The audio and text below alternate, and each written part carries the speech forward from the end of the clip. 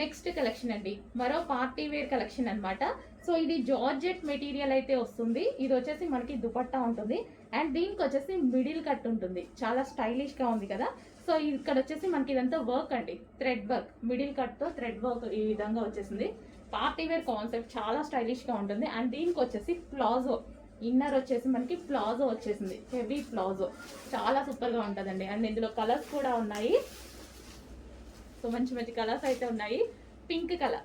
So మనకి party wear item ఎంత reasonable వస్తుంది చూడండి. హెవీ జార్జెట్ లో ఉంది, చాలా హెవీ జార్జెట్ లో ఉంది. దీనికి వచ్చేసి హెవీ ప్లాజో కూడా.